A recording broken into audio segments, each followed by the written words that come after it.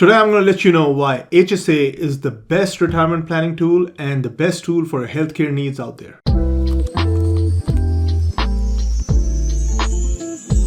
Welcome back to the Handa show. As you guys know, I've moved a lot in my life, so I couldn't start a lot of things that I should have started earlier in life. One of those things is a HSA account. You should start it as soon as you can. This is the best retirement tool for your retirement needs, for your medical needs, which everybody has at some point in time. So even though me and my wife are late in starting our HSA accounts, we finally, during this enrollment period, we started our accounts, and January 2021, we should start contributing to our HSAs. When it comes to healthcare accounts, usually people talk about HSAs, FSAs, and HRAs. So the beauty about these accounts is they let you contribute their pre-tax dollars. So you save about 25-30% of the money that you put into these accounts for your medical needs, depending upon your tax bracket. You can have all three of them. You can only have one account, either HSA, FSA, or HRA. HSA is the best one out there. The only account you can have in conjunction with these three is a dependent FSA. Now, I don't want to go into too much detail about dependent FSA today. I will make a video on it at some point in time. I want to keep the video brief,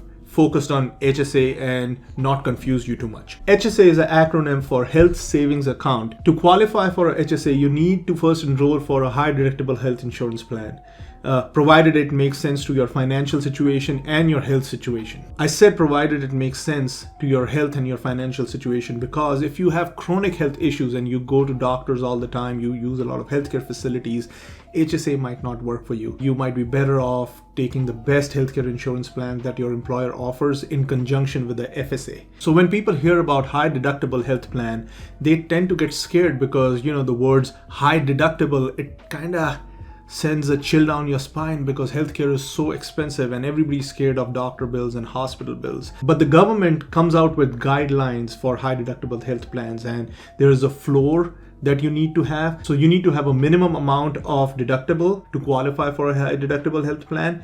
And then you also have a ceiling. So it's not that the insurance companies can charge you astronomical sums. I mean, these are big sums, but if you're financially disciplined, it's not something that will bankrupt you. So a high deductible health plan sounds scary, but it's not that scary. Like any other health insurance plan, you pay your deductible and then you pay your copay of the total medical bill. So HSA has what they call triple tax advantage. You have tax deductions on contributions, you have tax deferred growth, and then you have tax-free distributions. There's truly nothing like a HSA. I'm going to break each one of the components of HSA I just mentioned and show you how beautiful this account is for your finances. Number one, tax deduction on your contributions. So say you make $100,000. I'm using $100,000 just so it's easy to calculate. It's a nice round number that we can use for calculations. So say you make $100,000. So you contribute 5% of your income to your 401k. So that takes down your income to $95,000. Then if you contribute the full amount to your HSA, your income will be $87,900. So basically, without doing anything, you have taken a little more over $12,000 off the table, and you're not paying any taxes on it. And this money has the opportunity to grow inside the HSA tax-free and your 401k. So focus on your screen right now. So these are the contribution limits for HSA for the year 2020. They go up every year a little bit, inflation adjusted. To incentivize people to sign up for HSAs and high deductible health plan, you also get what they call a premium pass-through. So me and my wife, from next year, we will get about $750 of premium pass-through. So we contribute $750 less of our contribution limit. Right now, because of our incomes, the only plans we can contribute to is 401ks and HSAs. So there is no reason for us to leave this, and there's no reason for you to leave and not contribute to your HSA. So a lot of financial planners, they tell you contribute to your 401k, then contribute to your Roth or your traditional IRA.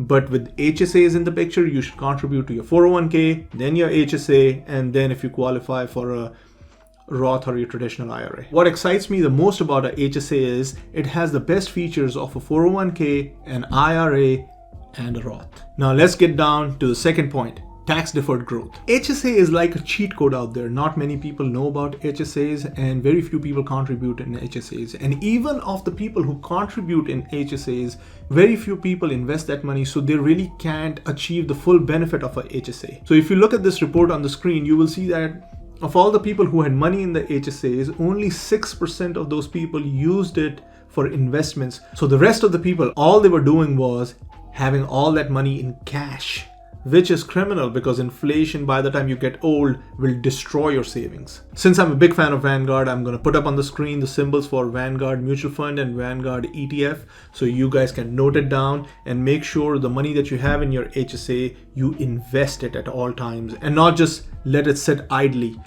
which is a criminal mistake. It's like you do everything right and then you fail at the last step. So when we are talking about tax deferred growth, the idea is to fund the HSA and not to take that money out. A lot of people fund it and take that money out for their medical needs, which is not bad either because you get 25-30% off on your medical needs. But ideally, you put that money in, don't take it out. So you put that money in and you use your own money on top of that for your medical needs. I know, it can be hard. You can call me elitist or whatever, but try to do this because this will give you the most bang for your buck. But make sure you save all your receipts after you have signed up for your HSA because you can take that money out at a later date provided you have the receipts. So if I was you, I would scan all the receipts, upload it in the cloud with some company that you trust and put those physical receipts in the envelope, put the year on it, and keep stacking the receipts year by year so you know. And in future, if you need the money, you can take it out without any penalty, without paying any taxes. Now, another question is, what if you never use that money and you die? Even if you die without ever using the money, make sure somebody in the family knows where your receipts are because your heirs can still claim that money tax-free up to 1 year after your death towards your estate. So the third important point of the triple tax advantage is tax redistribution towards qualified medical expenses. So I'm going to put it on the screen right now what the qualified medical expenses are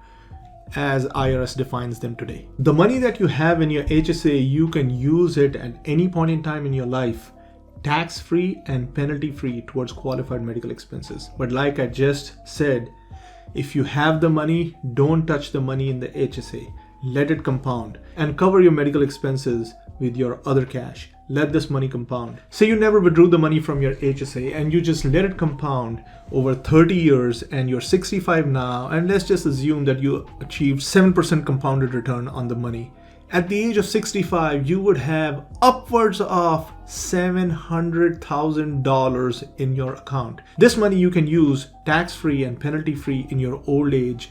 And just in case you are still in good health, I hope you are, then you can use this money as an IRA. So you still don't pay any penalty after the age of 65. All you do is just pay ordinary income tax on it like you would on an IRA account. Even after 65, I think if you have the financial capability, if you have rental money coming in, if you have other financial assets that can cover your medical needs here and there as they come about, I would say don't use that money because at some point in time, you will have medical issues towards the end of your life and they can be very expensive. And in that situation, if you have never used this money, your heirs will get this money as part of your estate. They just have to claim this money within 1 year of your death, show the IRS all the receipts, and they're good to go. So you are not wasting this money. It gets to compound. It can be part of your estate. It can be part of your healthcare needs. It can be part of your retirement planning, and you've never paid taxes. There can be nothing better than this. So let's conclude the video. I'm going to give you a few more bullet points as to how a HSA stands out compared to any other plan. Unlike an FSA, you never lose this money. The money goes with you from year to year and from company to company. So the bottom line is you never lose the money. The money is yours for keeps